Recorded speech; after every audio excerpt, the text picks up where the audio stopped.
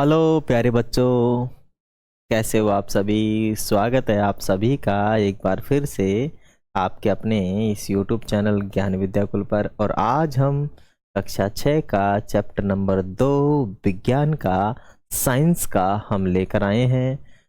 सजीव जगत में विविधता, डाइवर्सिटी इन लाइफ।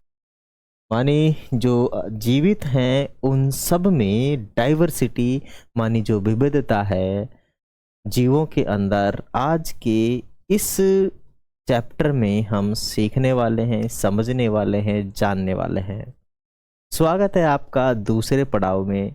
पहला पड़ाव हम पार कर चुके हैं और दूसरे पड़ाव में आज हम आ चुके हैं। न्यू एनसीईआरटी 2025 जो कि नई शिक्षा नीति 2020 के अकॉर्डिंग अपनी बुक आई है, उसमें उस वाली बुक से आज हम अध्ययन कर रहे हैं। ठीक है, और आज ये अपना दूसरा चैप्टर है। आ जाइए बिना किसी देरी के प्रारंभ करते हैं। और मैं आशा करता हूँ आप सभी हमारे इस सेशन को लाइक करेंगे, शेयर करेंगे, प्यारा सा कमेंट करेंगे और सभी लोगों तक इसे शेयर करेंगे। हमारे इस सेशन में कक्षा सभी के लिए लगभग काफ़ी सारे वीडियो पड़े हुए हैं, हमने बना के डाल रखे हैं। आपकी सेवा में हमने लगभग इसमें 3500 के करीबी वीडियो अपलोड कर दिए हैं और सभी बच्चों को वो निःशुल्क मिलते रहेंगे। और हम शिक्षा के क्षेत्र में आप लोगों की यूं ही अच्छे अच्छे चैप्टर पढ़ाकर हेल्प करते रहेंगे, वो भी बिना किसी पैसे के। ठीक है, आ जाओ आज फिर सीखते हैं। और एक प्यारा सा श्लोक, ठीक है, इस चैप्टर के स्टार्टिंग में दिया गया है, इसे पढ़ते हैं। छाया मनस्यम,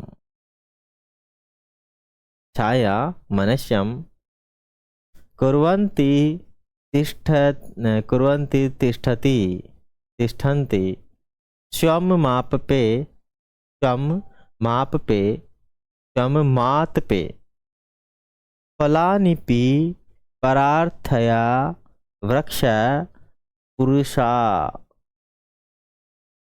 सत्पुरुषा इव। मतलब बड़े वृक्ष दूसरे को छाया देते हैं परंतु स्वयं कड़ी धूप में खड़े रहते हैं। उन्हें उनके फल भी दूसरों के लिए होते हैं, अपने लिए नहीं। इसी प्रकार अच्छे मनुष्य भी स्वयं कठिनाइयां सहकर दूसरे का कल्याण करते हैं। उन्होंने जो कुछ भी अर्जित किया है वे उसे दूसरों को ही दे देते हैं। जैसे अपने माता पिता ने काफ़ी सारी मेहनत की, भले किसी भी प्रकार की, किसी के माता पिता मजदूरी करते हैं, किसी के माता पिता सर्विस में हैं, किसी के माता पिता फौजी हैं, किसी के माता पिता कोई काम करते हैं, किसी का माता पिता कोई और काम करते हैं। कभी आप ऐसा न समझें कि मेरे माता पिता बिना पैसे कमाए, बिना मेहनत किए पैसे कमा के ला रहे हैं और हमारा पालन पोषण कर रहे हैं। वो जो भी कर रहे हैं कर रहे हैं अपने स्वयं के लिए नहीं, अपने बच्चों के लिए कर रहे हैं, मानी अपने लिए कर रहे हैं।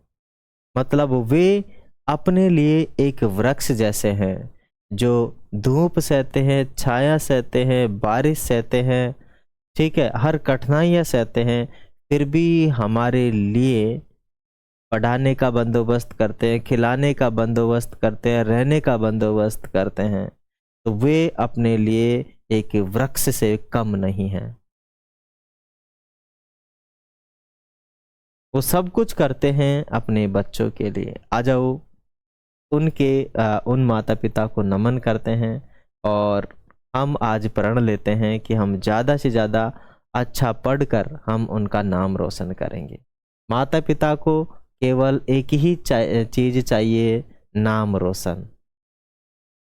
कि मेरा बच्चा, लड़का या लड़की अच्छा पढ़े और मेरा नाम रोशन करे, एक अच्छे रास्ते पर चले। आ जाओ करते हैं। ये अपने माता पिता है, ये अपने गुरुजी है यहाँ से, ठीक है, आ जाओ। कल की सुखद वर्षा के पश्चात आज यह सुहानी सुबह है। विज्ञान की शिक्षिका सुलेखा जी ने विद्यालय में प्रकृति की सैर मानी नेचर वॉक को सुगम बनाने के लिए डॉक्टर रघु और मनीराम चाचा को आमंत्रित किया। डॉक्टर रघु पास की अनुसंधान प्रयोगशाला में एक वैज्ञानिक है और मनीराम चाचा विद्यालय के पास में ही रहने वाले एक वरिष्ठ नागरिक हैं। वरिष्ठ नागरिक का मतलब है एक बड़े बुजुर्ग हैं। मनीराम चाचा पक्षियों की ध्वनि की नकल करने में विशेषज्ञ हैं। मतलब मनीराम चाचा अलग अलग प्रकार की क्या निकालते हैं, ध्वनि निकालते हैं। कभी कोयल की जैसी क्वां क्वां है, कभी कौवे जैसी है काऊ काऊ, कभी मोर जैसी पिकॉक पिकॉक है, प्याओ प्याओ ऐसे करते हैं ना मोर। और कभी हॉकी जैसी ऐसे करते हैं, कभी गधे जैसी। मतलब ऐसी वो नकल निकालने में क्या है, माहिर है। देखो, हर एक बच्चा, हर एक पुरुष अपने अलग गुणों से पहचाना जाता है। कोई गुमसुम रहता है, कोई मजाक करता है, कोई अच्छा पढ़ाता है, कोई बुरा पढ़ाता है, कोई अच्छे से प्यार से रखता है, कोई पीट के रखता है। ठीक है ना। तो अलग अलग इंसान अलग अलग गुण रखते हैं, अलग अलग कलाएं रखते हैं।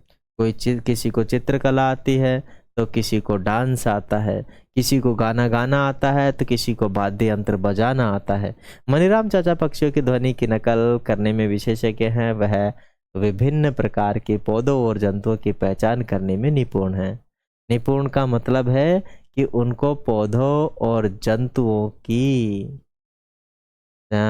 ठीक है ना। निपुण का मतलब है एक तरीके से समझो वैज्ञानिक है वो, माने उस चीज को वो पूरी तरीके से जानते हैं, उसे कहते हैं निपुणता। क्या कहते हैं, निपुणता, है ना। जैसे कोई बच्चा अच्छे से साइकिल चलाता है तो वो साइकिल चलाने में निपुण है। किसी बच्चे को अच्छे से मैथ आती है तो मैथ निकालने में निपुण है। विद्यार्थियों को प्रकृति की सैर पर ले जाने से पहले डॉक्टर रघु ने बताया कि इस सैर का उद्देश्य प्रकृति में पौधों और जंतुओं की सुंदरता और विविधता का अनुभव करना है। विद्यार्थी उनके साथ प्रकृति की सैर पर जाने के लिए उत्साहित हैं। वे उनसे बातचीत करने और सीखने के लिए भी उत्सुक हैं। शिक्षिका ने सभी विद्यार्थियों को परामर्श दिया कि वे अपने साथ नोटबुक, पेन और पानी की बोतल लेकर चलें। नोटबुक लेकर चलें, पेन लेकर चलें और पानी की बोतल लेकर चलें। जैसे जैसे वे चलते हैं, वे अपने आसपास के पौधों और जंतुओं की खोजबीन करना आरंभ कर देते हैं। डॉक्टर रघु विद्यार्थियों को उद्यान मानी पार्क में गंध की विविधता महसूस करने के लिए कहते हैं। मानी आपको पता है, जैसे ही हम किसी पार्क में जाएंगे वहाँ अलग अलग नाना प्रकार के फूल पुष्प लगे रहते हैं। ठीक है, और उनसे अलग अलग प्रकार की खुशबू आती है। तो बोल रहे हैं कि बताओ, सूंघ के बताओ ये किस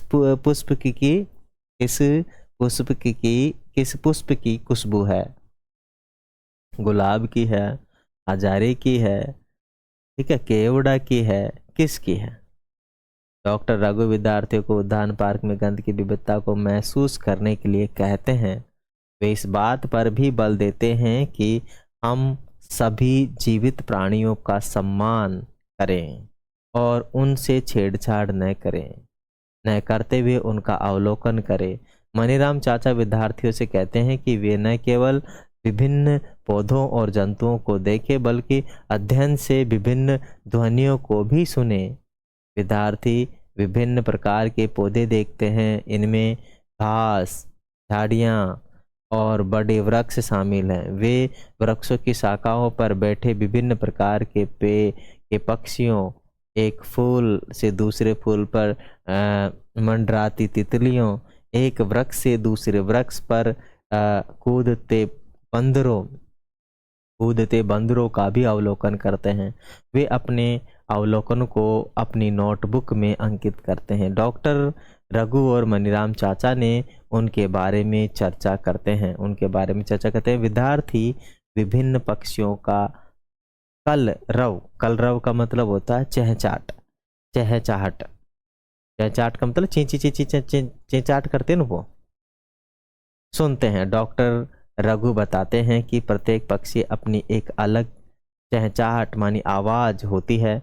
यह प्रकृति में विविधता का एक उदाहरण है। डॉक्टर रघु मनीराम चाचा से कुछ पक्षियों की ध्वनि की नकल करने का अनुरोध करते हैं। मनीराम चाचा विभिन्न पक्षियों की ध्वनि की नकल करते हैं। उन्हें देखकर विद्यार्थी भी उनकी नकल करने लगते हैं। क्या आपने कभी अपने आसपास विद्यमान विभिन्न प्रकार के पौधों जंतुओं का अवलोकन किया? आपने अवलोकनों को अपने मित्रों और शिक्षक के साथ साझा कीजिए और उन पर चर्चा कीजिए। वाह, यह कितना आश्चर्यजनक है कि प्रत्येक पक्षी अपना विशिष्ट कलरव रखते हैं। हाँ भाई हाँ, बच्चा सोच रहा है। बच्चा क्या कर रहा है? सोच रहा है, क्वेश्चन पूछ रहा है। इसके अंदर आज जैसे जंगल में गया तब भाई को पता लगा कि भाई साहब सभी पक्षी अलग अलग आवाज निकालते थे, क्योंकि ये पक्षियों को देखा ही नहीं तो पता ही नहीं चला कि कौन सा पक्षी कैसी आवाज निकालता है। जब हम जंगल में जाएंगे, उन पक्षियों को देखेंगे वो कैसी कैसी आवाज निकालते हैं, तभी तो हम उनसे फैमिलियर होंगे ना। अन्यथा कैसे? अन्यथा ये तो संभव ही नहीं है कि कौन सा पक्षी कौन सी आवाज निकालता है, हम पता ही नहीं कर पाएंगे।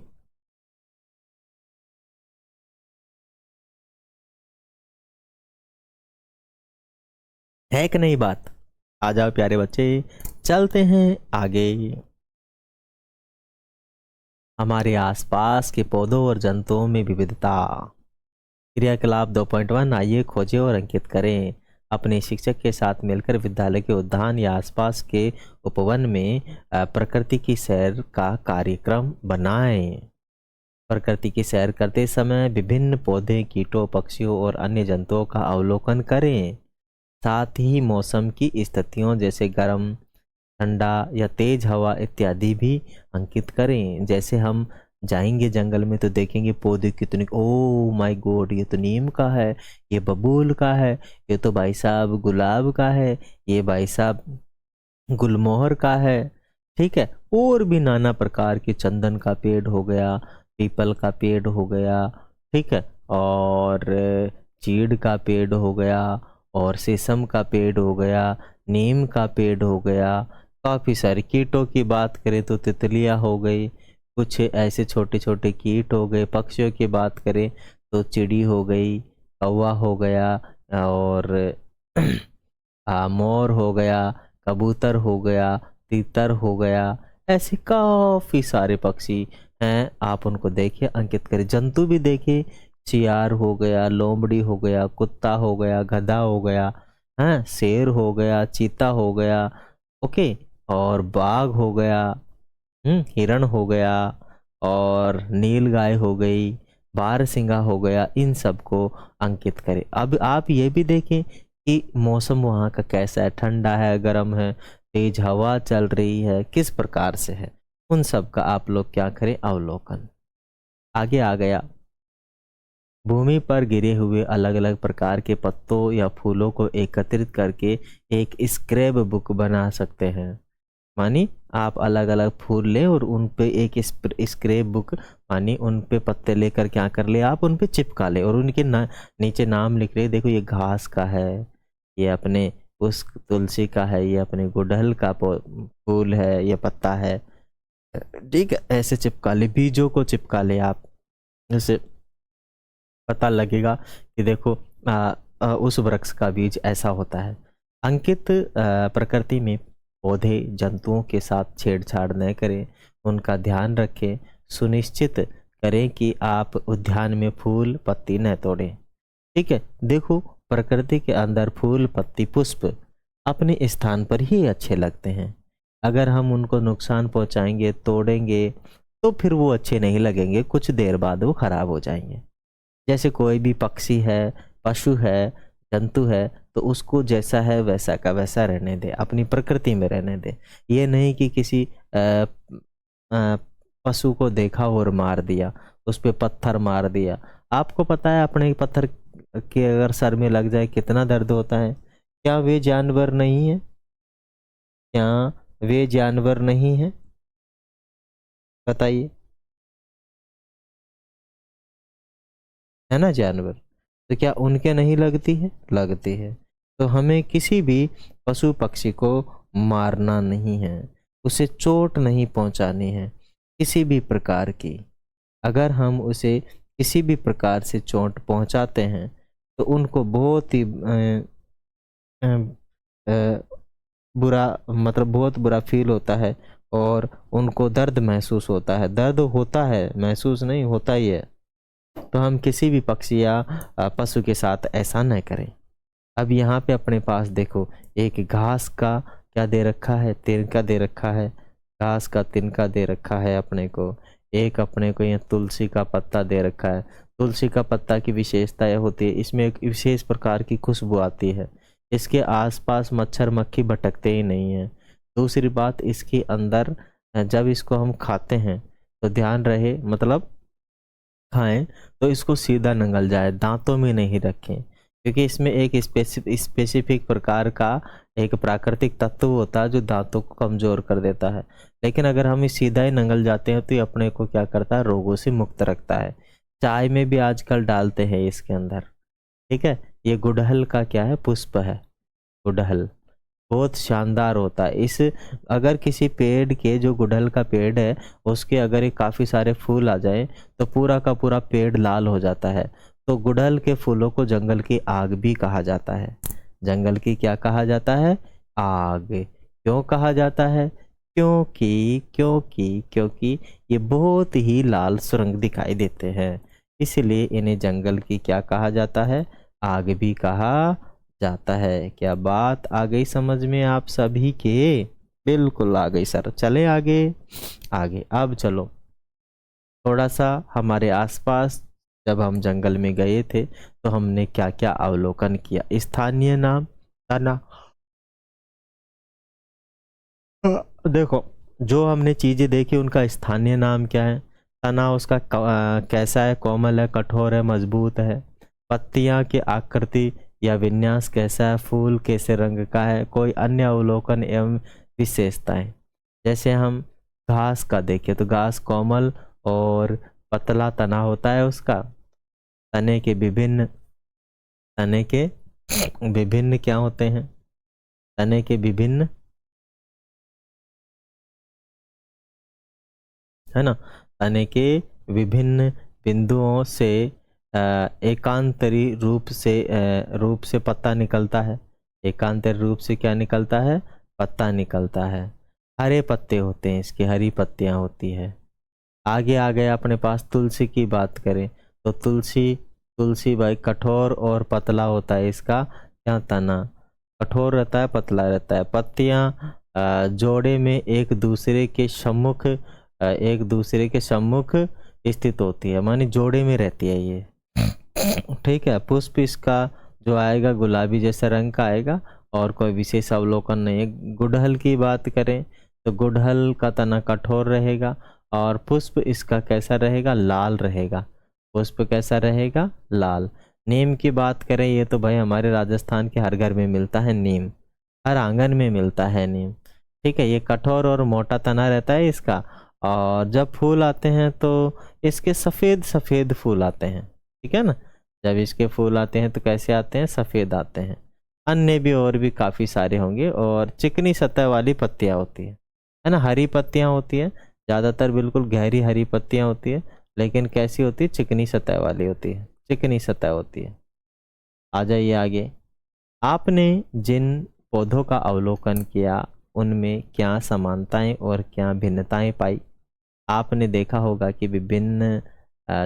कि पौधे में विभिन्न प्रकार की विशेषता पाई जाती है, जैसे लंबा अथवा छोटा पौधा हो सकता है, कठोर अथवा कोमल तना हो सकता है, विभिन्न आकृतियों की पत्तियां, तने पर पत्तियों का विन्यास कैसा है, फूलों के रंग, आकार, सुगंध में भिन्नता कैसी है, वो सब। अब शहर के समय देखें, एक अथवा अपने पूर्व अनुभवों के आधार पर जंतुओं की एक सूची बनाएं। उनके रहने के स्थान, उनके भोजन और गति के प्रकार को तालिका 2.2 में दिए गए रिक्त स्थानों में अंकित कीजिए। आपके लिए यह कुछ उदाहरण दिए गए हैं, ठीक है ना। तो आपको ये जो खाली स्थान आएंगे उसके अंदर क्या करना है, भरना है ना। तो ये भरे हुए पहले ही है, समझ लो।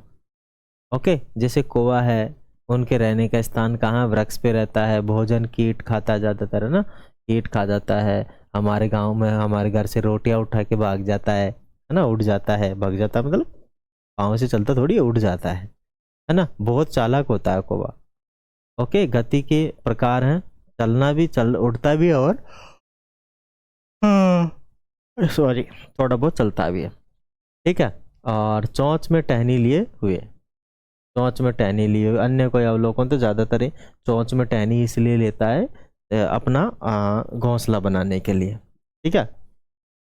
अब चींटी की बात करें तो चींटी भाई साहब मिट्टी एवं बिलों में रहती है, और पत्तियां, बीज और कीट ये भोजन करती है।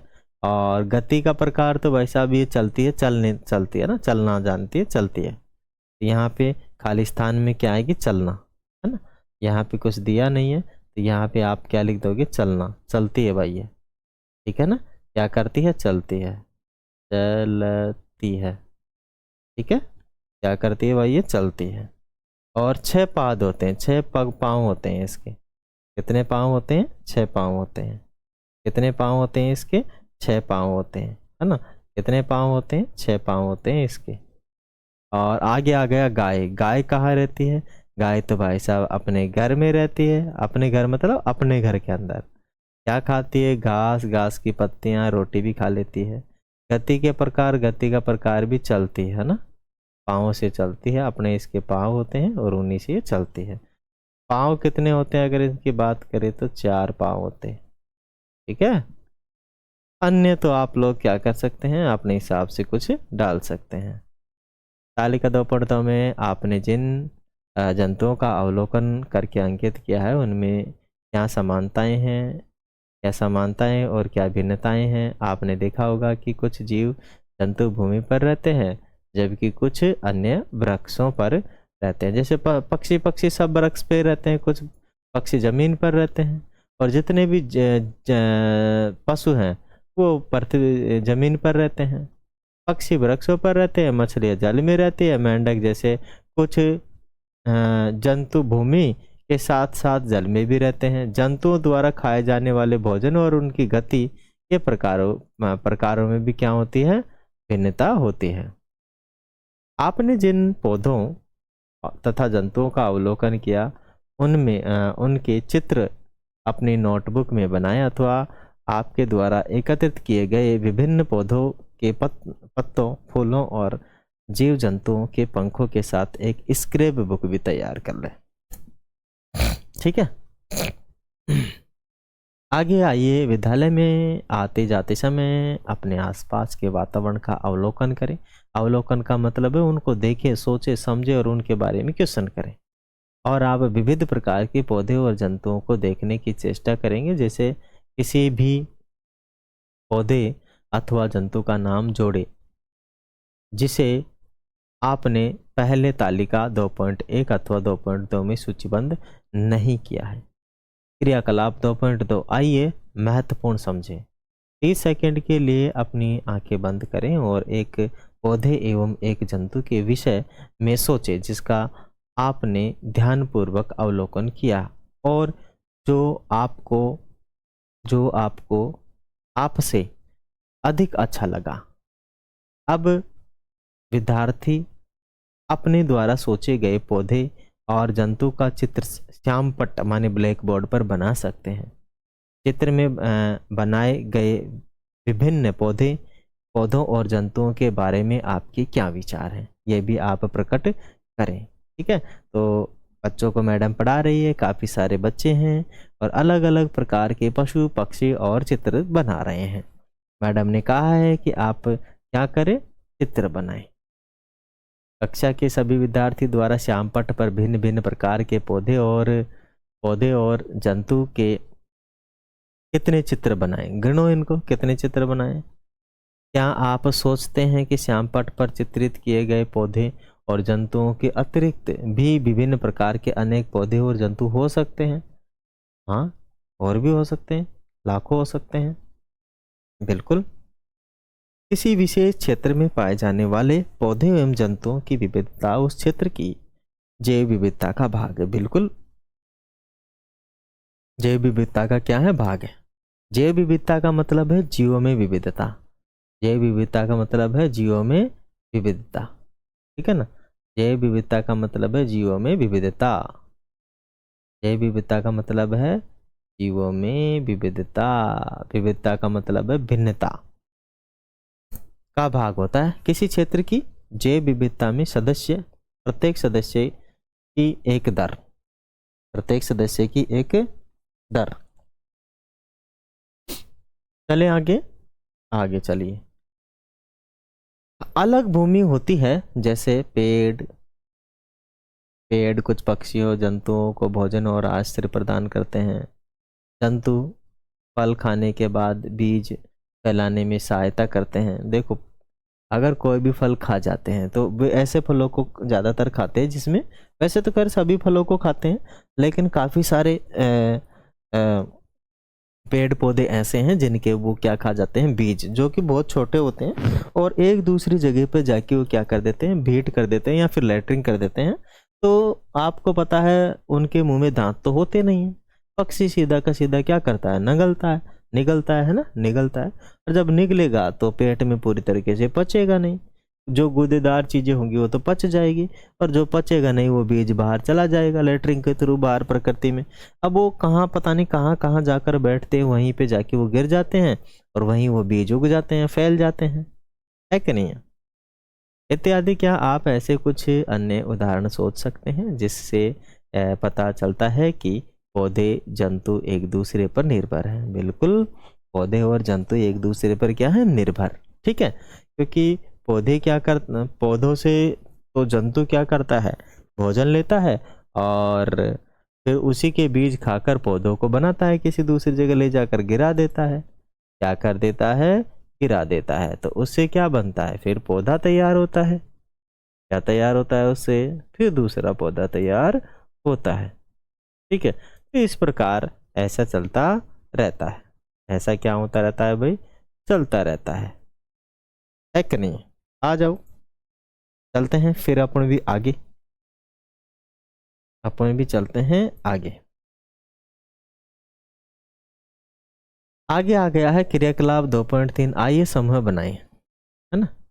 आइए समूह बनाए हैं पौधे एवं जंतुओं के बीच में। ओ सॉरी, ये तो पढ़ा ही नहीं अपन ने। पौधों और जंतुओं के समूह कैसे बनाएं? आप अपनी नोटबुक पुस्तकों को समूह में कैसे व्यवस्थित करेंगे?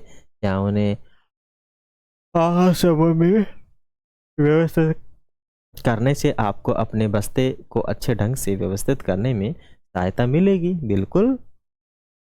आइए हम अपने आसपास के संसार पर दृष्टि डालें और हमारे चारों और विभिन्न प्रकार की विशेषताओं वाले विविध प्रकार के पौधे और जंतुएं विद्यमान हैं, जिनके विषय में हमें अनुभाग 2.1 में सिखाया है। हम उनकी समानताओं और विभिन्नताओं के आधार पर उनके समूह बना सकते हैं। क्रियाकलाप 2.3। आइए समूह बनाएं। विविध प्रकार के पौधे और जंतुओं के चित्र एकत्रित कीजिए। आप पुरानी पत्रिकाओं, समाचार पत्रों, चार्ट एवं अन्य स्रोतों से उनके चित्र काट सकते हैं, जिसमें से प्रत्येक चित्र अलग अलग कार्ड पर चिपकाएं। अपनी कक्षा को 5-6 विद्यार्थियों के अलग अलग समूह में बांट लीजिए। आपने समूह के सभी विद्यार्थियों द्वारा बनाए गए कार्ड एकत्रित कर लीजिए। कार्ड में दर्शाए गए सभी पौधों और जंतुओं की विभिन्न विशेषताओं का अवलोकन कीजिए। तालिका 2.1 और 2.2 में लिखी पौधों और जंतुओं की विशेषताओं का स्मरण कीजिए। एक समान विशेषताओं के आधार पर उन्हें समय बनाइए। आपके द्वारा बनाए गए पौधे और जंतुओं के समूह के आधार को कक्षा के अन्य समूह के साथ साझा करें और उन पर चर्चा करें। चलिए, आप यह देखकर आश्चर्यचकित होंगे कि विभिन्न समूहों द्वारा उपयोग किए गए आधार भिन्न हो सकते हैं। आपको क्या लगता है, इसके पीछे के कारण क्या हैं? हो सकता है कि विभिन्न विभिन्न विद्यार्थियों के समूह बनाने के लिए विभिन्न सामान्य विशेषताओं का चुनाव किया हो। उदाहरण के लिए, कुछ विद्यार्थियों ने पौधों की ऊंचाई को समूह बनाने के आधार पर आधार के रूप में चुना हो, जबकि हो सकता है कि अन्य ने पौधों के समूह बनाने के लिए फूलों की उपस्थिति अथवा अनुपस्थिति को आधार के रूप में चुना हो। आइए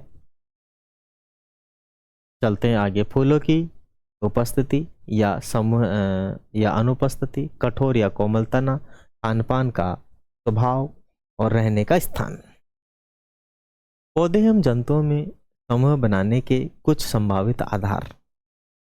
आपने जंतुओं को विविध विशेषताओं के आधार पर उनके समूह बनाए होंगे, जैसे वे क्या खाते हैं, वे कहाँ रहते हैं, वे किस रंग के होते हैं और वे कैसे चलते हैं। समूह बनाने का क्या महत्व है? समूह बनाने से पौधे एवं जंतुओं के उनकी समानताओं और विभिन्नताओं के आधार पर समझना और अध्ययन करना सरल हो जाता है। आप समूह बनाने के महत्व के विषय में अध्ययन करें। अध्ययन हमारे आसपास की सामग्री में और अधिक जानेंगे। हमारे आसपास की सामग्री में और अधिक जानेंगे, मतलब इसके आगे का जो चैप्टर है कौन सा रहने वाला है, देखते हैं।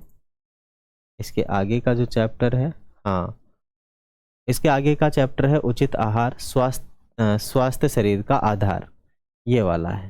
ठीक है, तो ये वाला चैप्टर अगले वाले में पढ़ेंगे हम। अभी तो अपना ये वाला चल रहा है। ठीक है, अभी अपना क्या चल रहा है, ये वाला चल रहा है। ये वाला तो दिखाया नहीं है।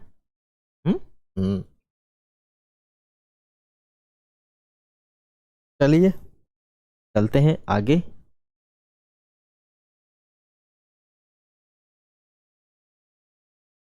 ना ना ना ना ना ना ना ना ना ना रे ना ना ना ना ना ना, चलेगा। प्यारे बच्चों, प्यारे बच्चों, आइए आगे चलते हैं। आइए समूह बनाएं। अब हम यहाँ पे क्या करेंगे, समूह बनाएंगे। आइए कुछ अन्य रोचक अवलोकनों के लिए एक बार पुनः प्रकृति की सैर पर चलते हैं। विभिन्न पौधों की ऊंचाई को ध्यानपूर्वक देखिए। क्या वे सभी पौधे आपस में छोटे या आपके बराबर ऊंचाई के हैं अथवा आपसे अधिक ऊंचे हैं? तने का रंग भूरा है, हरा है। साथ ही उनके तनों को छूकर महसूस करें कि उन्हें धीरे से मोड़ने का प्रयास करें। क्या आप सरलता से तने को मोड़ सकते हैं अथवा यह कठोर है? ध्यान रखें कि तना टूटे नहीं। यदि यह भी देखें कि पौधे की शाखाएं कहाँ से निकलती है, वे भूमि के निकट से निकलती है या तने के ऊपरी भाग से निकलती है। आपने अवलोकनों को तालिका 2.3 में दिए गए रिक्त स्थानों में भरें। कुछ उदाहरण आगे भी दिए गए हैं।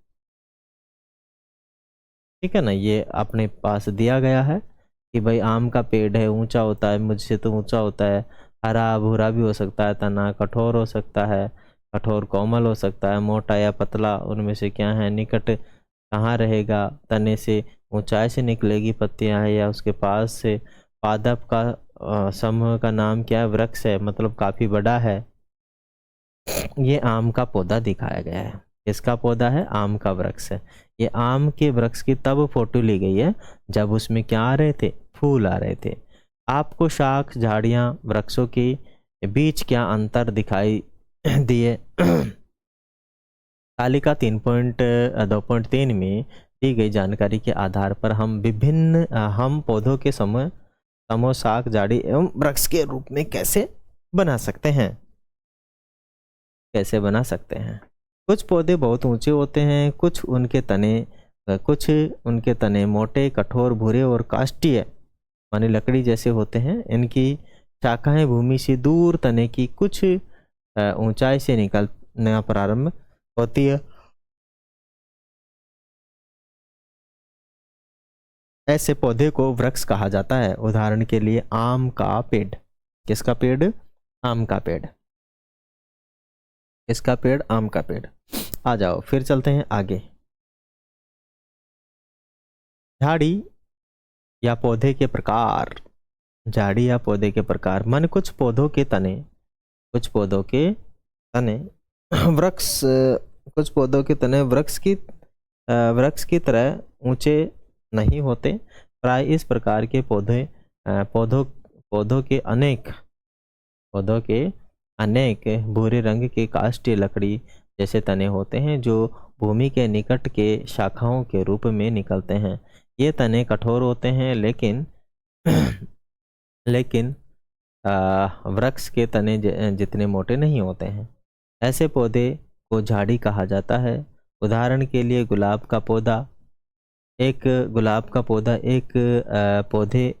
पौधे आकार में छोटे होते हैं और उनके तने कोमल और हरे होते हैं। इन्हें शाख कहा जाता है। उदाहरण के लिए टमाटर का पौधा।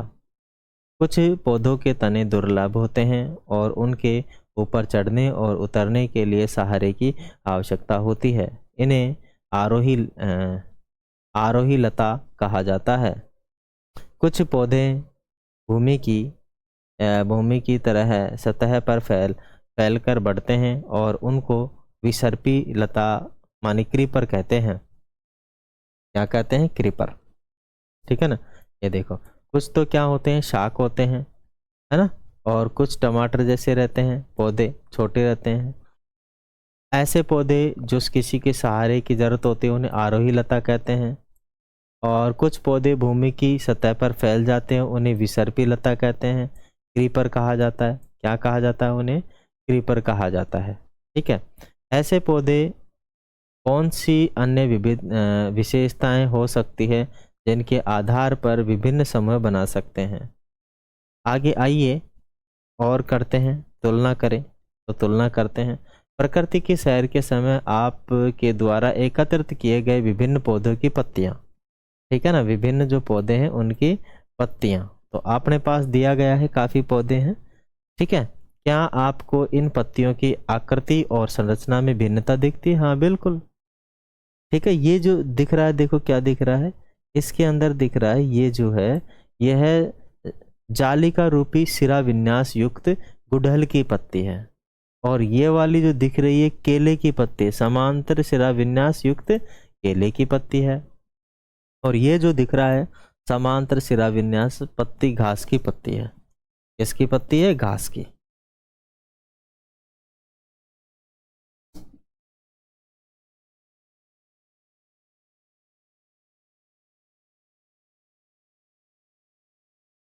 आइए चलते हैं आगे। आप पौधों की पत्तियों पर पतली रेखाएं देख सकते हैं और इन पतली रेखाओं को सिराएं कहते हैं। सिराओं द्वारा दर्शाए गए पैटर्न को सिरा विन्यास कहा जाता है।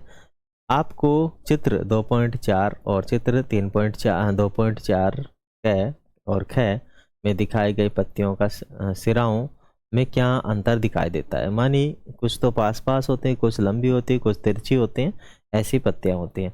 आप कुछ पत्तियों में मोटी मध्य सिरा के दोनों ओर सिरा को एक जाल जैसा पैटर्न देख सकते हैं और इस पैटर्न को जालिका रूपी सिरा विन्यास कहा जाता है। उदाहरण के लिए गुड़हल की पत्तियां इस सिरा विन्यास पैटर्न को प्रदर्शित करती है।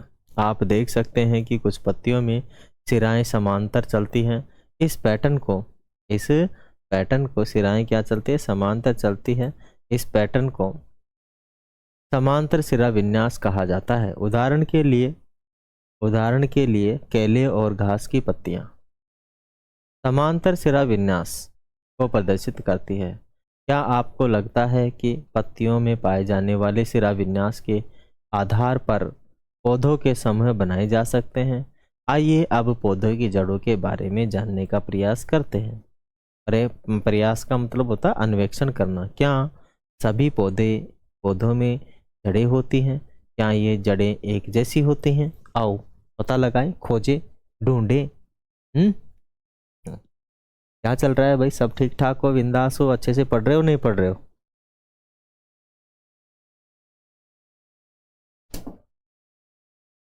हम्म तो यहाँ पे अन्वेषण का मतलब होता है प्रयास। सामान्य सिरा विन्यास यहाँ पे आया था। आगे चलते हैं।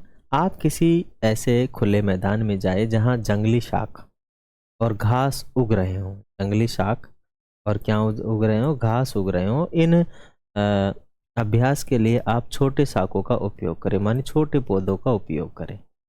खुरपी की सहायता से जड़ों को हानि पहुंचाए बिना कुछ विभिन्न प्रकार की शाखों को सावधानी पूर्वक खोदकर बाहर निकालें। शाखों को निकालने से पहले आप मिट्टी को गीला करके ढीला कर सकते हैं। ठीक है ना, मिट्टी को गीला करके ढीला करेंगे ना तो उससे क्या है, अच्छे से वो निकल जाएगी।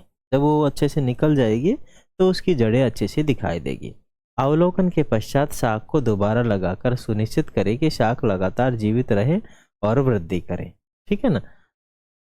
देखो, तो अगर हम पानी डाल के किसी शाख को खोदते हैं तो उसकी जड़ें पूरी तरीके से बाहर आ जाएगी बिना डैमेज हुए। ठीक है, अब बिना डैमेज हुए होगी तो फिर दिक्कत ही नहीं आएगी। तो अपने पास सरसों के पौधे का मूसला जल तंत्र है, जड़ तंत्र।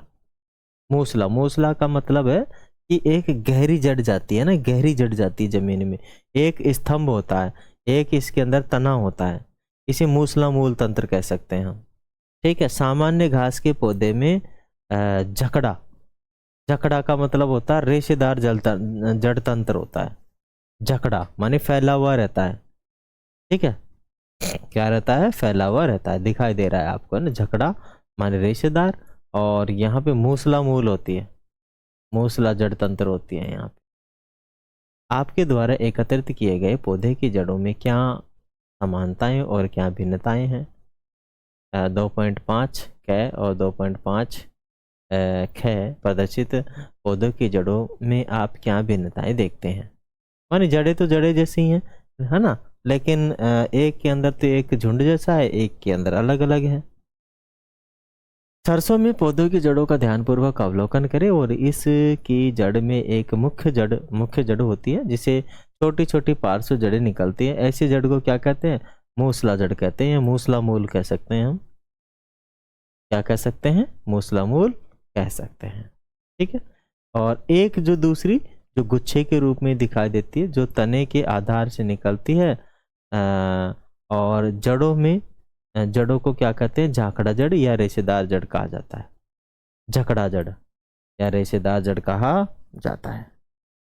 आगे चलते हैं, आइए पता लगाएं और ढूंढते हैं, विश्लेषण करते हैं। फिर अपने विद्यालय की नर्सरी का मतलब है, हमारे तो है ही नहीं गांव में है विद्यालय है, लेकिन उसके अंदर पेड़ पौधे बच्चे छोड़ते ही नहीं है, उद्यमी बच्चे हैं हमारे यहाँ के।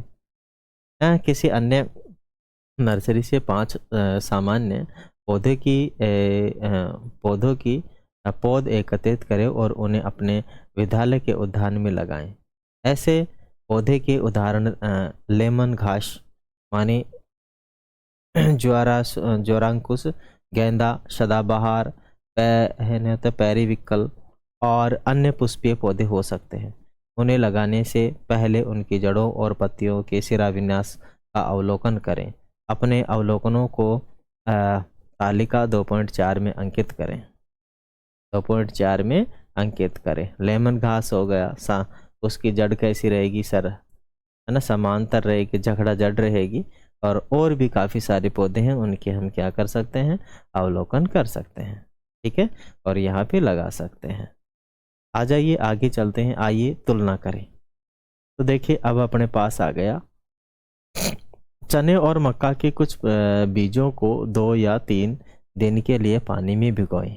2 या 3 दिन के लिए कहाँ भिगो दें, पानी में भिगो दें। ठीक है,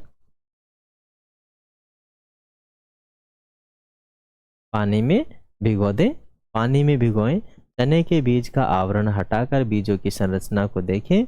अब चने और मक्का के बीजों की संरचना का अवलोकन करें, क्या वे समान है अथवा भिन्न है। ठीक है ना, तो चना और मक्का, ठीक है, चना चना की देखो जो रहेगी वो आसानी से 2 भागों में टूट जाएगी, बीज पत्री होती है ना, बीज पत्री होती है, जिसमें द्विबीज पत्री कह सकते हैं हम इसे। द्विबीज पत्री माने 2 भागों में बट जाती है। जबकि जो अपनी कौन सी है, जबकि अपनी जो मक्का है वो एक बीज पत्री होती है। एक बीज पत्री मतलब इसके 2 टुकड़े नहीं हो सकते हैं, है ना। तो चना और मक्का कुछ बीजों को हम भिगो देंगे, चने के बीज का आवरण हटाकर बीजों की संरचना को देखेंगे। अब चने और मक्का के बीजों की संरचना का अवलोकन करें, क्या वे समान हैं अथवा भिन्न हैं। तो भिन्न होंगे क्योंकि वो एक बीज पत्री है, एक 2 बीज पत्री है। ठीक है, तो बीज पत्र जिसे हम बोलते हैं कोटिलिड्स, कोटिलिड्स बोलते हैं, कोटिलिड्स है ना। बीज पत्र को वो क्या बोलते हैं, कोटिलिडन, कोटिलिडन क्या कहते हैं, कोटिलिडन कहते हैं। क्या कहते हैं, कोटिलिडन कहा जाता है। मक्का के बीज में एक पतला बीज पत्र होता है। ऐसे बीज वाले पौधे को एक बीज पत्री जिसे हम मोनोकोटिलिडस, मोनोकोटिलिडस मानी मोनोकोट कहा जाता है। आप पौधे में पत्ती के सिरा विन्यास, जड़ों के प्रकार, बीजों में बीज पत्रों की संख्या में परस्पर क्या संबंध देखते हैं। बीज पत्री पौधों में जलाकुंभी, शिरा विन्यास और मूसला जड़तंत्र होता है। जब एक बीज पत्री पौधे में समांतर विन्यास और जखड़ा जड़तंत्र होता है। आपने पौधे के समूह बनाने के लिए उपयोग की जाने वाली कुछ विशेषताओं के देखो, द्विबीज पत्री जिसमें 2 बीज पत्र होते हैं, एक बीज पत्री जिसमें एक बीज होता है सीधा ही। ठीक है, आगे आ जाओ, जंतुओं के समूह कैसे बनाएं। ठीक है, पेड़ों के बना लिए, पक्षियों के बना लिए, और बीजों के बारे में भी थोड़ा अध्ययन कर लिया। अब जंतुओं का भी समूह बना लेते हैं, 4 टांग वाले अलग कर लेते हैं, 2 टांग वाले अलग कर लेते हैं ना। मतलब पौधे की भांति जंतु भी एक दूसरे से बहुत भिन्न होते हैं। क्या कभी आपने सोचा है कि हम इतने भिन्न प्रकार के जंतुओं के समूह कैसे बना सकते हैं। आप ऐसी कौन सी विशेषता के बारे में सोच सकते हैं जिनका उपयोग उनका समूह बनाने के लिए किया जा सकता है। तो काफ़ी देखो, एक तो रहने के तरीके के आधार पर भी, खाने के तरीके के आधार पर भी, संरचना के आधार पर भी, ठीक है, और मांसाहारी शाकाहारी के आधार पर भी, काफ़ी आधारों पर हम जंतुओं को बांट सकते हैं। ऐसी बात नहीं है, मनुष्य को ही बांट सकते हैं हम, जातियों में बांट सकते हैं, है कि नहीं। क्यों, क्योंकि संसार में पता नहीं कितने प्रकार की जातियां पैदा कर दी लोगों ने। ठीक है ना, तो जातियों में बांटे जा सकते हैं। और वैसे खैर सभी मानव हैं, और मानव में केवल नस्ल भेद हो सकता है, जातीय भेद नहीं हो सकता।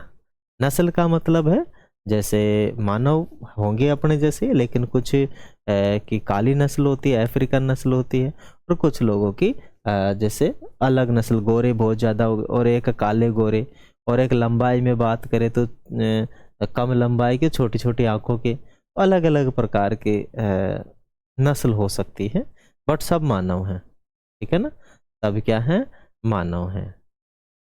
आइए, पौधों की भांति जंतु में भी एक दूसरे से बहुत भिन्न होते हैं।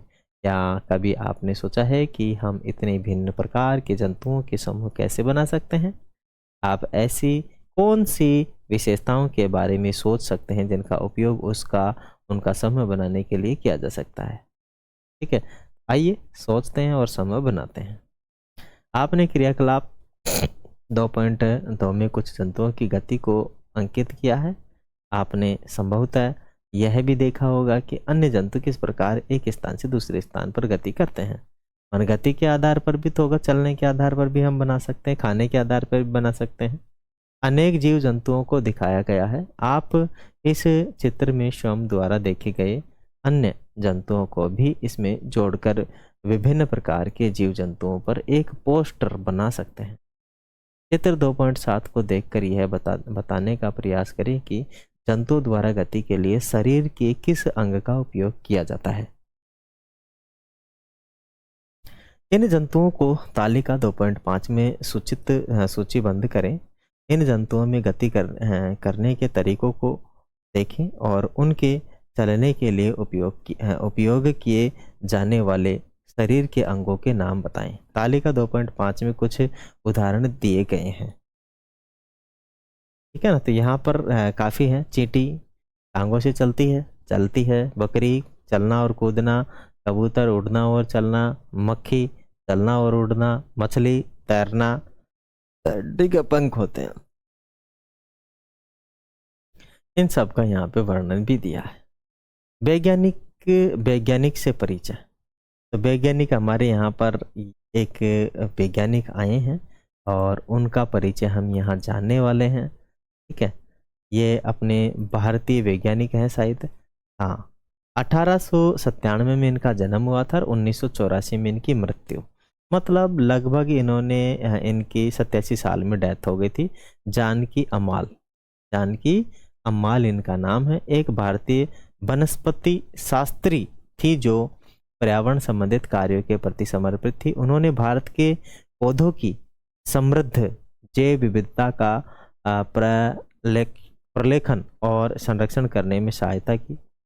उन्होंने साइलेंट वैली बचाओ आंदोलन में महत्वपूर्ण भूमिका निभाई। भारतीय वनस्पति सर्वेक्षण प्रमुख के रूप में उन्होंने भारत में पौधों की विविधता का प्रलेखीकरण करने के लिए कार्यक्रमों की शुरुआत की। इसकी शुरुआत की, कार्यक्रमों की शुरुआत की।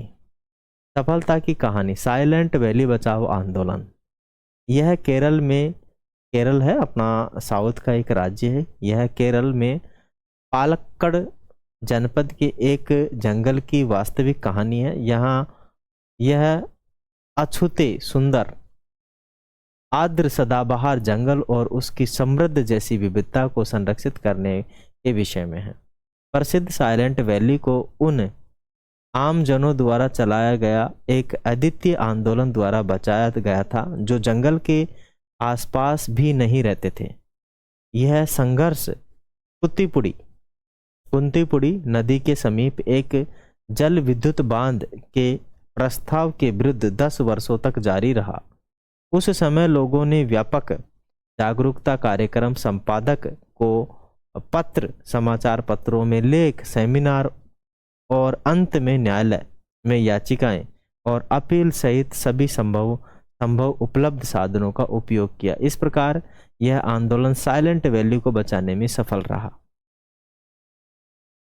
आ जाइए, विभिन्न परिवेश में पौधे और जंतु।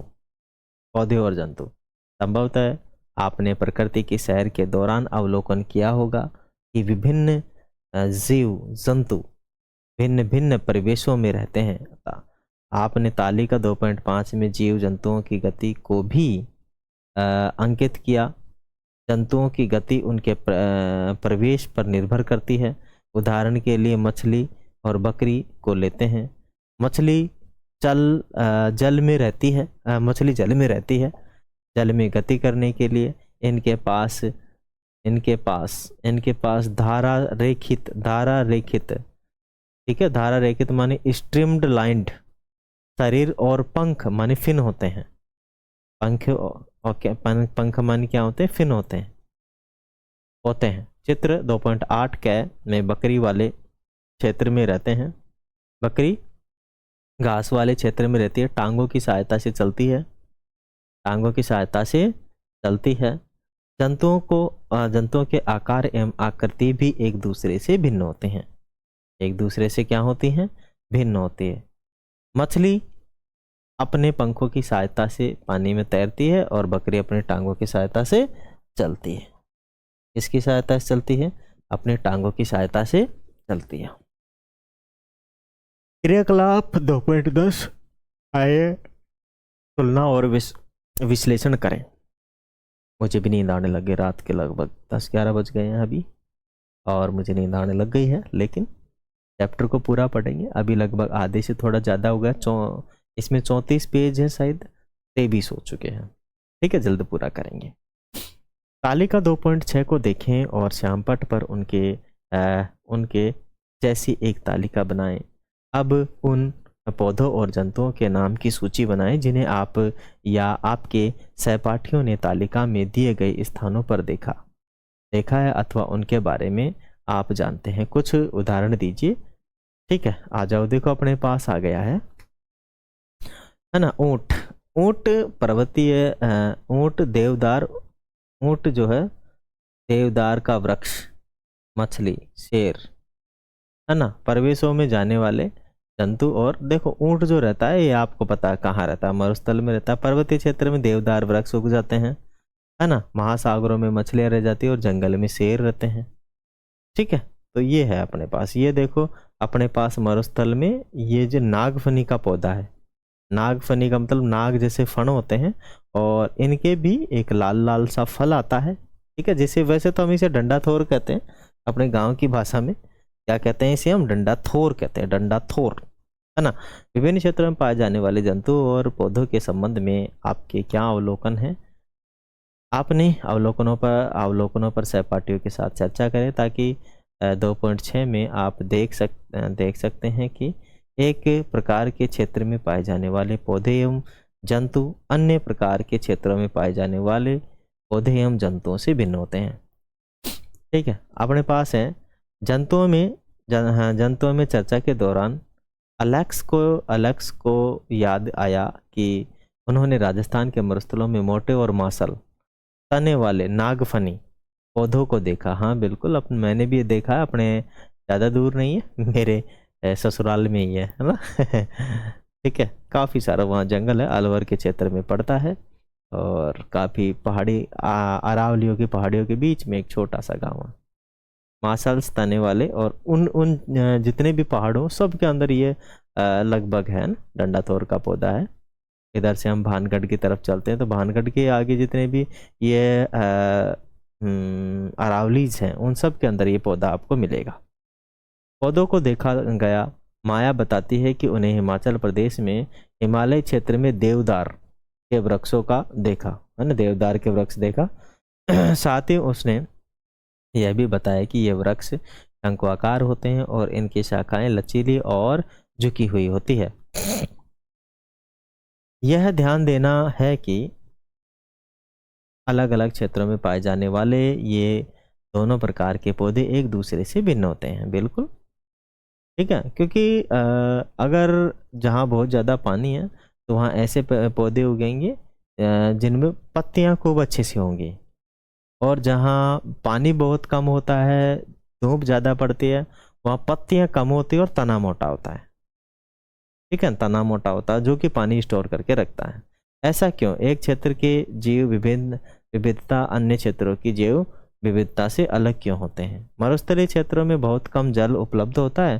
शुष्क मरुस्थल दिनों में अत्यधिक गर्म और रात्रि में अत्यधिक ठंडे होते हैं, इसीलिए आपको इन क्षेत्रों में ऐसे पौधे एवं जंतु मिलेंगे जो दिन के समय में अत्यधिक गर्मी और रात्रि के समय में अत्यधिक ठंड वाली परिस्थितियों में रह सकते हैं। मरुस्थल में पाए जाने वाले पौधों के माशल तने जल को संग्रहित कर सकते हैं और उन स्थानों की गर्म परिस्थितियों को सहन करने में पौधों की सहायता करते हैं। किसकी सहायता करते हैं? पौधों की सहायता करते हैं। बहुत ठंडे पर्वतीय क्षेत्रों में प्राय हिमपात होता है। ऐसी स्थितियों में जीवित रहने के लिए कुछ वृक्षों की बनावट ऐसी होती है कि उन पर बर्फ टिकती नहीं है, बल्कि आसानी से फिसल जाती है। देवदार के वृक्ष की शंक्वाकार आकृति और नीचे झुकी हुई शाखाएं उन्हें आसानी से ऐसा करने में सक्षम बनाती हैं। आप समझ गए होंगे कि विभिन्न स्थानों जैसे कि विविधता भिन्न परिस्थितियों के कारण एक दूसरे से बहुत अलग होती है। राजस्थान के गर्म मरुस्थल के ऊंट और लद्दाख के ठंडे मरुस्थल के ऊंट, देखिए देखिए इन दोनों में इन दोनों पशुओं में आपको क्या अंतर दिखाई देगा।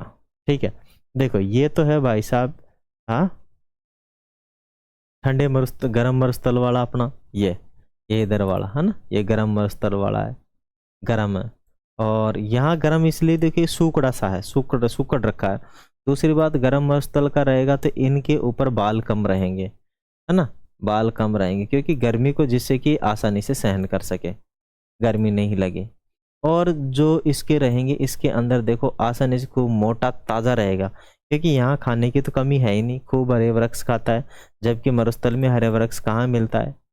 ठीक है ना, ये झाड़ियाँ खाता है, कांटेदार झाड़ियाँ खाकर उनसे अपना टाइम पास कर लेते हैं, जबकि ठंडे प्रदेशों में खाने को पत्तेदार चीज़ें खूब आसानी से मिल जाती हैं।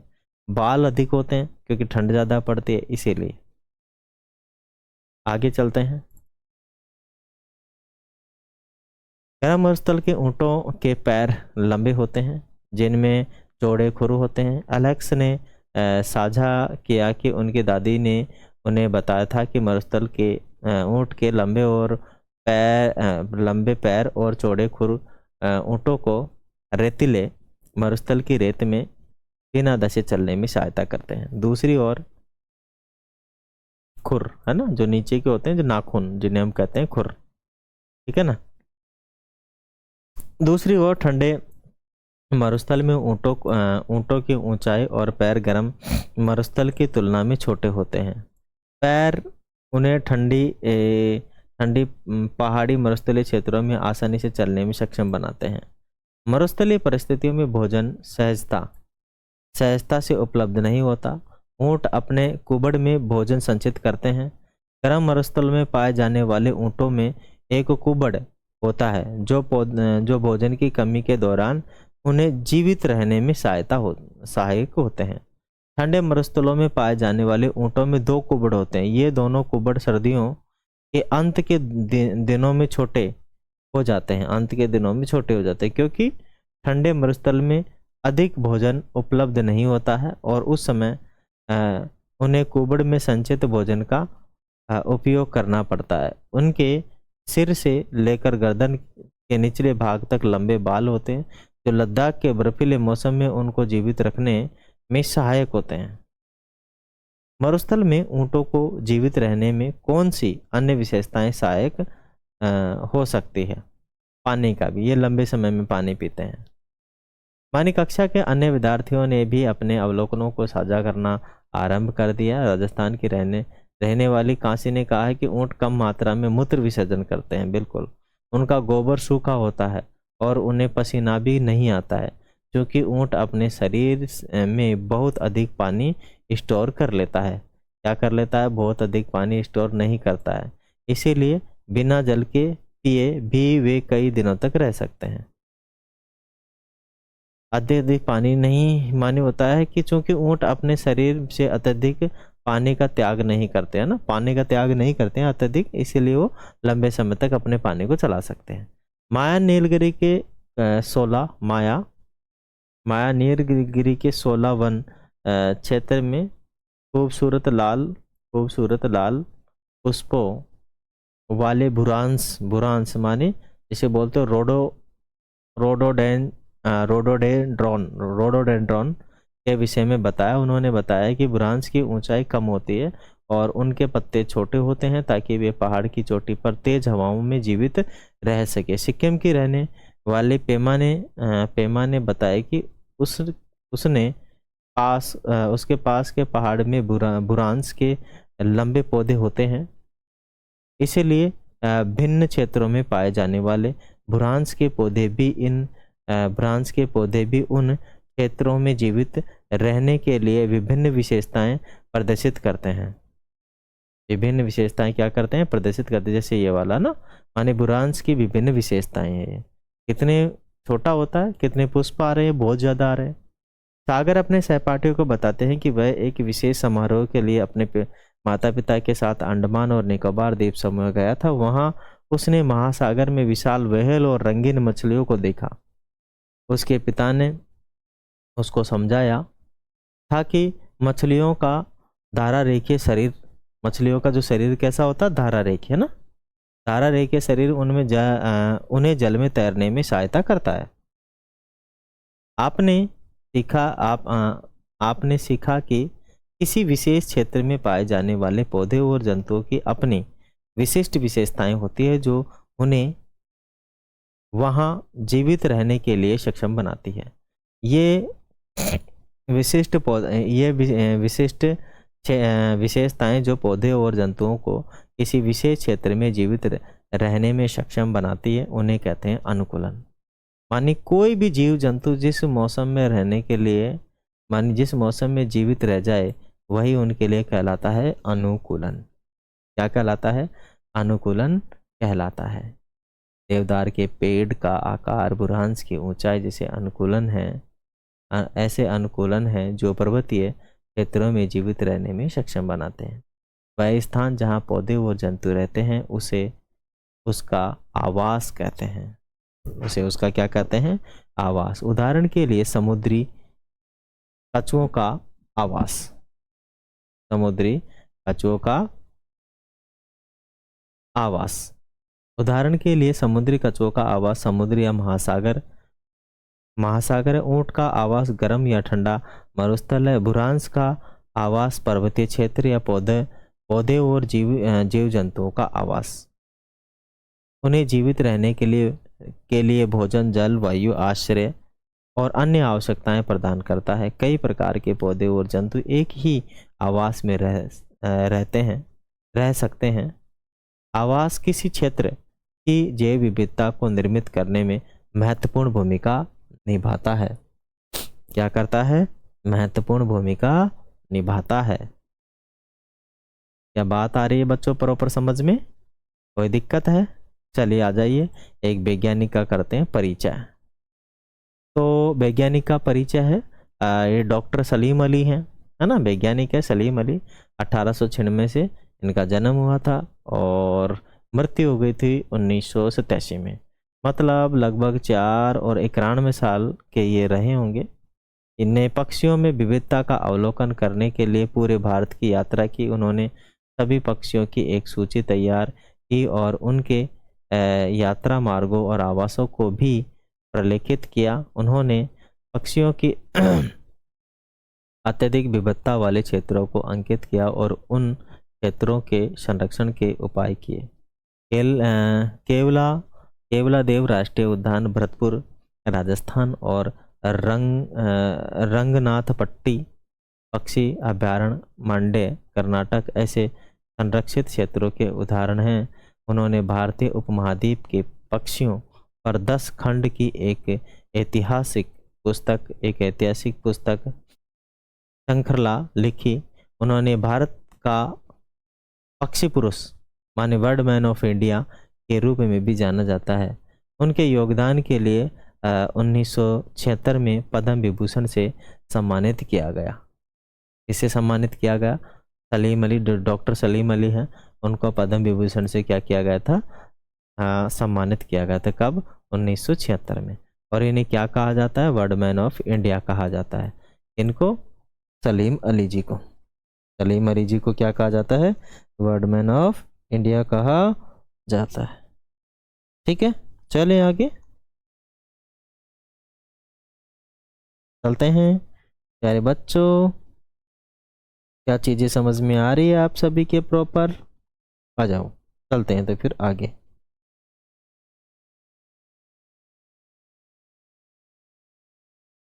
आगे अभी अपने पास कितने चाहे वो है पन्ने में देख लेता हूँ। लगभग 34 से 35 है कि इसमें 34वां तो खाली है। तो मतलब इसके अंदर टोटल 34 तो खाली है। ये वाला पेज है 32 और ये वाला तो इसे भी सीखे ना, तो 32-33 पेज है और हम पहुंच गए हैं लगभग अपने आसपास सलीम अली जी के पास पहुंच गए थे। मतलब अपन ने कितने पाठ करे? 26 कर लिए ना, तो कुछ और बच्चे 27वें पे चल रहे हैं अभी हम। आइए, आप किन किन विभिन्न विधियों के माध्यम से पौधों और जंतुओं के आवास के आधार पर उनके समूह बना सकते हैं। एक विधि तो यह है कि जो थल पर रहता है और जो जल में रहता है, के आधार पर आप उनका समूह बनाएं। थल पर रहने वाले पौधे और जंतुओं के आवास को थल आवास कहते हैं। वन, घास के मैदान, मरुस्थल एवं पर्वतीय क्षेत्र थलीय आवास के उदाहरण हैं। जल में रहने वाले पौधे और जंतुओं के आवासीय आवास को जलीय आवास कहते हैं। क्या कहते हैं? जलीय आवास कहते हैं। तालाब, झील, नदी, महासागर जलीय आवास के कुछ उदाहरण हैं। मेंढक, जो मेंढक है वो उभयचर है ना, वो दोनों जगह रह सकता है, थल पर भी रह सकता है और जल में भी रह सकता है। यदि किसी पौधे या जंतु का आवास क्षतिग्रस्त हो जाए तो क्या होगा? यदि बकरी को खाने के लिए घास न मिले तो क्या होगा? क्या मछली बिना जल के जीवित रह सकती है? अपने माता पिता, दादा दादी, पड़ोसियों से उन पौधों, पक्षियों, कीटों अथवा अन्य ऐसे जंतुओं के बारे में जानें जिन्हें वे बचपन में प्राय देखते थे, लेकिन अब वे कम दिखाई देते हैं। ऐसे परिवर्तन तब होते हैं जब आवास नष्ट हो जाते हैं। पौधे और जंतुओं के आवास की क्षति से वे अपने घर, भोजन और अन्य संसाधनों से संचित हो जाते हैं। इससे जैव विविधता की हानि होती है। आ जाओ फिर पढ़ते हैं थोड़ा सा और। भारत में बंगाल बाघ, चीता, गोडाउन, ग्रेट इंडियन बस्टर्ड की संख्या मानवीय गतिविधियों द्वारा हुई उनके आवासीय क्षति के कारण घट गई है। भारत सरकार ने हमारी जैव विविधता संरक्षण के लिए अनेक योजनाएं आरंभ की हैं। बंगाल टाइगर की घटती संख्या के संरक्षण के लिए 1973 में बाघ परियोजना, प्रोजेक्ट टाइगर आरंभ की गई थी। चीता की संख्या को पुनः स्थापित करने के लिए 2022 में चीता पुनर्वास परियोजना, चीता रीइंट्रोडक्शन प्रोजेक्ट प्रारंभ की गई। इसी प्रकार गुजरात, राजस्थान, महाराष्ट्र राज्यों में गोडाउन के आवास को संरक्षित क्षेत्र घोषित किया गया। ठीक है, आगे है परंपरागत रूप से संरक्षित वन, पवित्र उपवन, सेक्रेट्स ग्रोस। पवित्र उपवन वह आबादित वन क्षेत्र है जिसका आकार बहुत छोटा लेकिन बहुत बड़े तक हो सकता है। पवित्र उपवन पूरे भारत में पाए जाते हैं।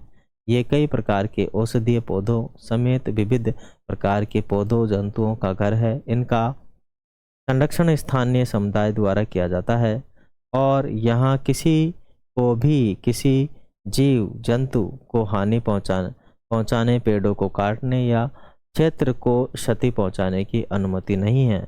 इस प्रकार पवित्र उपवन सामुदायिक रूप से संरक्षित जैव संपदा और अपने क्षेत्र के पवित्र उपवन के विषय में पता लगाएं। कभी और भी जाने। अपने ग्रह को जीवन से परिपूर्ण बनाए रखने के लिए जैव विविधता की रक्षा करने की आवश्यकता है ताकि पौधे एवं जंतु बचे रहें और फलते फूलते रहें। यहाँ पर है प्रमुख शब्द। अनुकूलन आया। अनुकूलन क्या था? माने ऐसा वातावरण जिसमें कोई भी जीव जीवित रह सकता है। एक बीजपत्री जिसमें एक ही बीज हो, एक बीजपत्री। दूसरा है उभयचर, ऐसा जंतु जो दोनों जगह रह सके, मेंढक। समांतर शराविन्यास पत्तों में होता है। जलीय, जल में रहने वाले जीव जो जलीय जीव कहलाते हैं और जली का रूपी शराविन्यास रहता है जाली का रूपी। जैव विविधता माने जीवों में या प्रकृति में अलग अलग प्रकार के जीवों का होना जैव विविधता कहलाता है। पवित्र उपवन छोटा और बड़ा हो सकता है। बीज पत्र माने बीज के अंदर होते हैं। झाड़ियाँ छोटी होती है जिसमें कांटे होते हैं। द्विबीजपत्री पौधे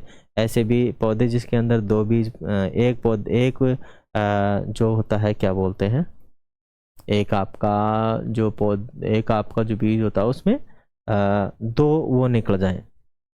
ठीक है, तो द्विबीजपत्री कहते हैं। मूसला मूल मतलब सीधी जड़ और उसकी शाखाएं मूसला मूल। झाकड़ा जड़ वो होती है जिसके अंदर क्या होती है, काफ़ी सारी जड़ें तने से उससे निकलती है ना, मूल जो पौधा होता है उससे।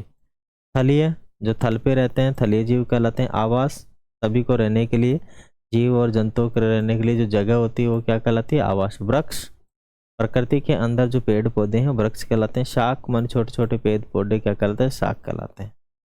ठीक है, चलिए आगे सारांश, इसको भी अपने को पढ़ना है। ये सारांश है पूरा, यहाँ से लेकर यहाँ तक का। ठीक है, ये पूरा का पूरा क्या है, सारांश है।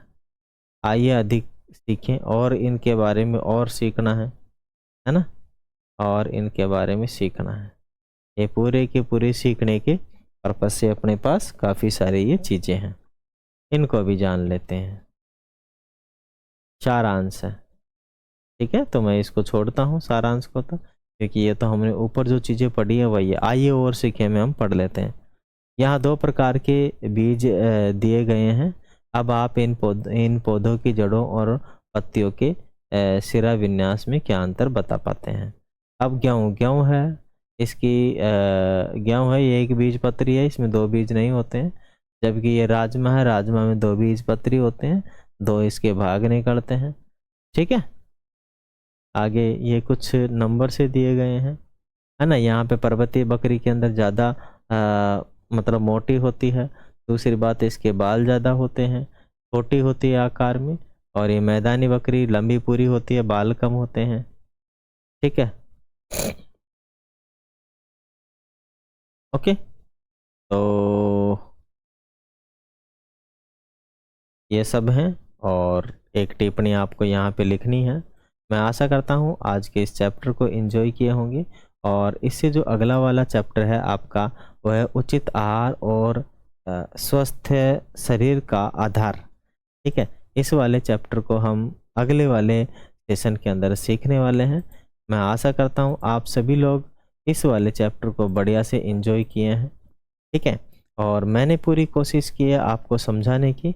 और एक मैं सेशन लेकर आऊँगा जिसमें इन सभी के जो क्वेश्चन आंसर है वो भी मैं आपको करवा दूंगा, जिससे कि बच्चों को किसी प्रकार का कोई कन्फ्यूज़न नहीं हो। मतलब इसका जो सॉल्यूशन है वो भी मैं करवाऊंगा। लेकिन अभी जो अपने इसके अंदर जितने भी चैप्टर हैं उनको सबसे पहले मेरा उद्देश्य है कि इन सभी चैप्टरों को, जो कि 12 चैप्टर है, इन सभी चैप्टरों को मैं कंप्लीट करवाऊँ, है ना। अंतिम है पृथ्वी से परे।